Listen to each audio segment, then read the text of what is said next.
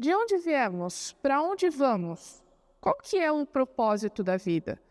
Talvez essa seja uma das perguntas mais fundamentais e profundas da existência humana desde a antiguidade. Você já parou para pensar sobre isso? Olha, eu já queimei muito ATP pensando nesse assunto, porque ele é bastante complexo de fato. E é esse o assunto desse vídeo.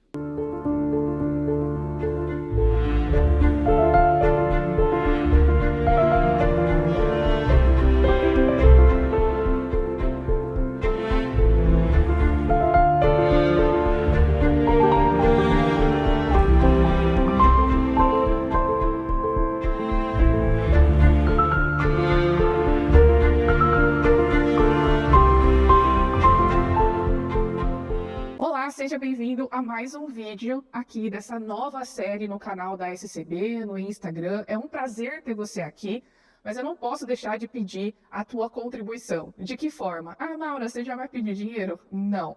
Você pode contribuir e bastante se inscrevendo no canal, dando joinha no vídeo e compartilhando esse vídeo com outras pessoas que precisam conhecer mais desse conteúdo.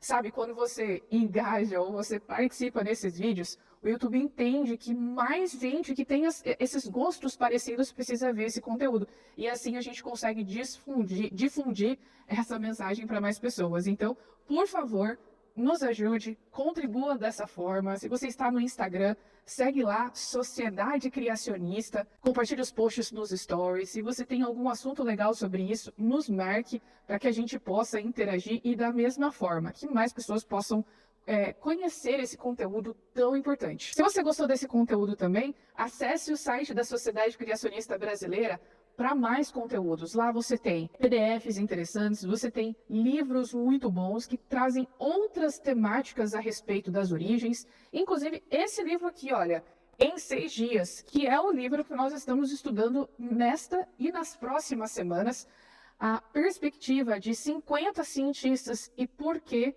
eles acreditam no relato da criação. Então, se você quer ler esse livro inteiro, porque veja, né? Esse vídeo aqui, ele é um resumo. Se você quer alguns detalhes, que infelizmente por causa do tempo a gente não pode falar aqui, então entra lá, scb.org, busca esse livro, adquira esse livro para você poder acompanhar nos estudos e a gente interage por aqui. Vamos direto então para o nosso assunto. A gente vai falar um pouquinho sobre a origem da vida nesse vídeo. E veja que ele é um dos problemas mais complexos e debatidos nesse debate, né, nessa interface aí, ciência, filosofia, teologia. E olha, desde a antiguidade, desde os seus filósofos gregos, sempre se debateram a respeito desse assunto, como é que a vida teria começado. Na tradição ocidental, a gente tem basicamente duas perspectivas que disputam esse espaço. Então, a gente tem o naturalismo, que propõe que a vida surgiu a partir de processos físico-químicos, reações químicas, ao longo de bilhões de anos, sem nenhum direcionamento inteligente, sem a intervenção divina. E nós temos, do outro lado, a cosmovisão criacionista, que depende que, de fato, a vida ela foi criada de forma proposital, por um ser inteligente. No caso do criacionismo, esse ser inteligente, esse criador, é o Deus, né? No caso do criacionismo bíblico, é o Deus bíblico cristão, aquele Deus da Bíblia, né? Essa questão é bastante central, por quê? Porque ela não envolve só biologia, ela envolve também a cosmologia e a compreensão do nosso lugar no universo. Um dos maiores desafios para a perspectiva naturalista é, de fato, a complexidade biológica que a gente encontra nas formas de vida. Mesmo aqueles organismos que são muito simples, como, por exemplo, as bactérias, tem uma espécie de bactéria que é chamada de Escherichia coli, a gente costuma chamar ela, né, como os famosos coliformes fecais. E veja, um micro-organismo tão pequenininho, ele tem cerca de 4 a 5 mil genes. E cada um desses genes tem milhares de nucleotídeos. Então, a gente pode dizer que esses milhões de nucleotídeos que nós temos nesses 4 a 5 mil genes, eles podem fazer processos muito bem organizados, coordenados. Essas sequências de moléculas carregam informação. E se há algum erro nessa sequência de moléculas, de fato, esses organismos não sobrevivem.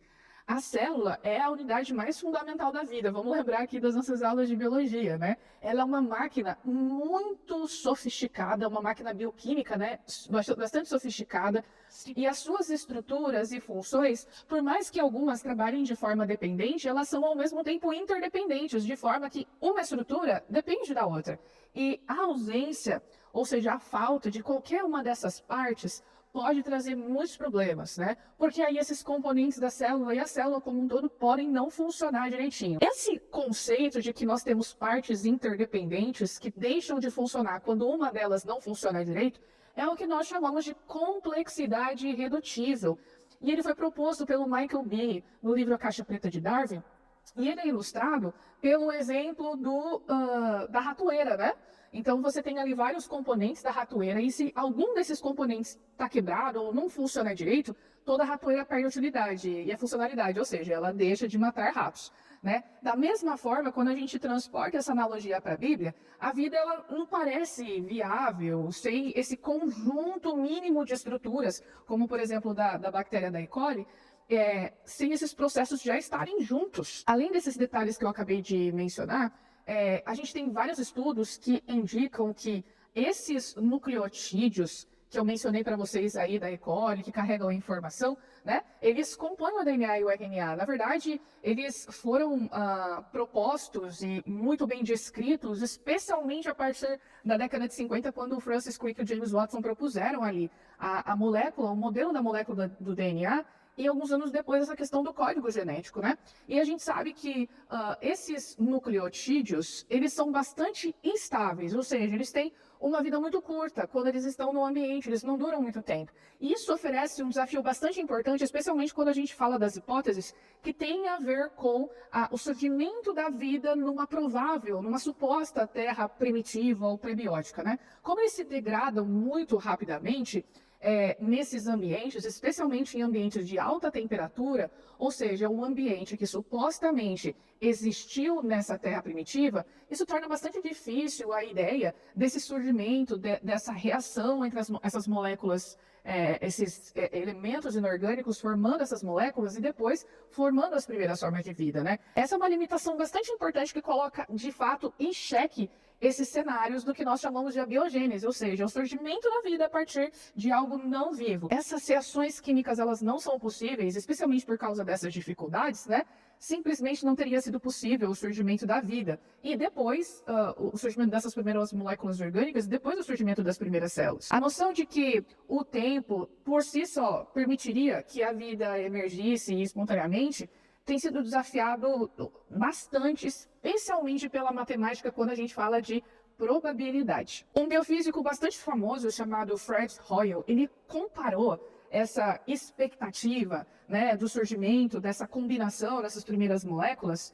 Ele fez cálculos matemáticos estatisticamente para ver qual seria a probabilidade de que de fato isso pudesse acontecer. Então agora eu não estou falando nem de química, nem de biologia, eu estou falando de probabilidade matemática, né? Então, o que ele fez? Ele chegou a comparar que era como se fosse como se uma tipografia, né, ou se uma gráfica explodisse e de repente dessa explosão viesse então um dicionário completamente formado. Deixa eu pegar aqui um outro exemplo. Eu estou aqui num laboratório, e em laboratórios a gente encontra esqueletos humanos, né? São não aqueles de verdade, mas réplicas para a gente ir das aulas e ilustrar algumas coisas. Ele calculou, por exemplo, a probabilidade do surgimento de todos esses ossos do esqueleto humano. O nosso esqueleto de um adulto tem aí por volta de 206 ossos, né?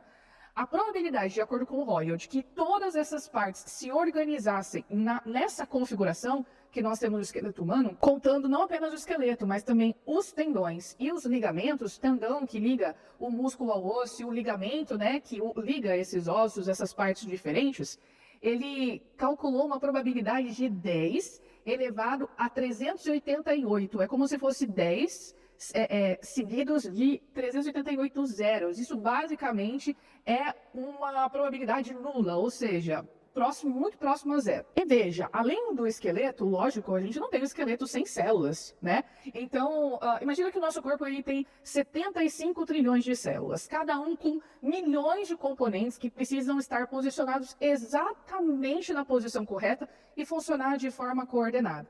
Essa complexidade, ela vai crescendo de forma exponencial, né, numa progressão geométrica. Isso torna o acaso matematicamente inviável para nós explicarmos o surgimento de todas essas estruturas por acaso. Outro ponto central bastante importante é a informação que existe nas moléculas, tanto de DNA quanto de RNA, né?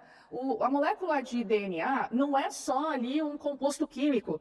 ele é um sistema de codificação que armazena e transmite informações para a construção e manutenção dos seres vivos. É a molécula que transmite essas informações hereditárias aos descendentes. E a presença dessa informação funcional implica planejamento e ordem, porque até onde nós sabemos, até onde a gente consegue observar, os processos naturais, eles não geram informação complexa e direcionada, sem intervenção de uma mente. Então, para que coisas, estruturas complexas que funcionam adequadamente existirem hoje, a gente precisa por trás um engenheiro, um construtor que planejou e montou todas essas peças. A gente não vê isso aparecendo espontaneamente. E aí, novamente, eu vou trazer aqui o conceito da biogênese, né? Você provavelmente ouviu lá nas aulas de ciências e biologia na escola. Veja, na história da ciência, a gente tem experimentos históricos que, por exemplo, Francisco Redi, Louis Pasteur, né, demonstraram que esses organismos vivos, eles não aparecem espontaneamente a partir da matéria inanimada. A teoria naturalista da origem da vida depende, então, de uma exceção histórica, de um evento singular, que teria permitido que essas moléculas orgânicas se auto-organizassem. Então, por exemplo, a gente sabe hoje, essa na verdade é uma frase que é bastante comum em naturalistas e evolucionistas. Bom, hoje nós sabemos que a vida não pode surgir de algo que não tem vida. Mas em algum momento isso teve que acontecer. E é justamente o que significa essa singularidade, é esse momento único que aconteceu e formou essa estrutura que acabou prosperando por evolução. Um dos cientistas mais importantes aí da biologia, o Francis Crick, que eu acabei de citar para vocês, que foi importante para desvendar aí a molécula do DNA, ele reconheceu todas essas dificuldades que a gente tem discutido aqui nesse vídeo, por isso ele propôs uma ideia que é a panspermia cósmica. É a ideia de que essas formas de vida teriam surgido em algum lugar do sistema solar e teriam chegado aqui pegando na carona de cometas, de meteoros, né, meteoritos que caíram aqui, e essas formas de vida, então, teriam prosperado por evolução. Mas veja que eu estou apenas transferindo este problema do surgimento espontâneo da vida para outro lugar do espaço. Estou tirando isso da Terra e mandando para outro lugar. Em contraste, a perspectiva criacionista, então, sustenta que esses seres vivos foram trazidos à existência de forma completa, de forma funcional. A gente não tem a necessidade de ter essas etapas intermediárias que a teoria evolutiva defende e que, na perspectiva criacionista, são de fato inviáveis. Então, o criacionismo, ele argumenta que, assim como um organismo precisa de todos os seus órgãos vitais operando simultaneamente para a vida poder ser possível, né, a vida como nós conhecemos só poderia, de fato, ter começado num estado plenamente funcional, ou seja, prontinha, completa. Alguns cientistas apontam também que não apenas as formas de vida, mas todo o universo parece muito bem ajustado, né? As leis físicas, as constantes cosmológicas parecem muito bem ajustados para permitir a existência da vida. E isso sugere um planejamento de um ser inteligente. Então, a gente entende, depois de toda essa argumentação, que, gente, o surgimento da vida é um negócio muito mais complexo do que a gente dizer que moléculas orgânicas se organizaram numa Terra primitiva. A gente precisa levar em conta aspectos biológicos, químicos, físicos, inclusive implicações filosóficas, né, sobre a natureza desse cosmos, a relação entre mente e matéria, porque, beleza, surgiu o primeiro ser vivo, os seres vivos eles foram evoluindo, tá, mas e como que eles passaram a ser racionais? Isso é uma coisa bastante difícil de explicar também. Quando a gente para ver todas essas complexidades, a gente encontra muitas limitações, né? O acaso tem muitas limitações. Leis naturais desafiam todas essas limitações, desafiam a ideia de que, de fato, a vida é fruto de meras coincidências. Então, dessa forma, a gente entende que não é possível que tudo isso tenha sido fruto do acaso, que não tenha havido uma causa. E por isso a gente considera a ideia do transcendente, a ideia de uma influência de uma ação divina na vida e na criação e planejamento da vida. Mais do que uma simples controvérsia entre ciência e fé, ou ciência e religião, a investigação da origem da vida é um convite bastante importante para nós refletirmos sobre o significado da nossa existência. Quando nós exploramos essas questões, a gente não busca apenas entender como a vida começou, mas também o que ela diz sobre o universo e também sobre nós mesmos. Veja que é algo bastante complexo. E aí, você gostou do vídeo de hoje? ele foi baseado no segundo capítulo aqui deste livro, que foi escrito pelo Dr. Jerry Bergman, que ele é professor de ciências da Northwest State College, em Ohio. Ele também é mestre em psicologia e tem, olha só, 2 doutorados.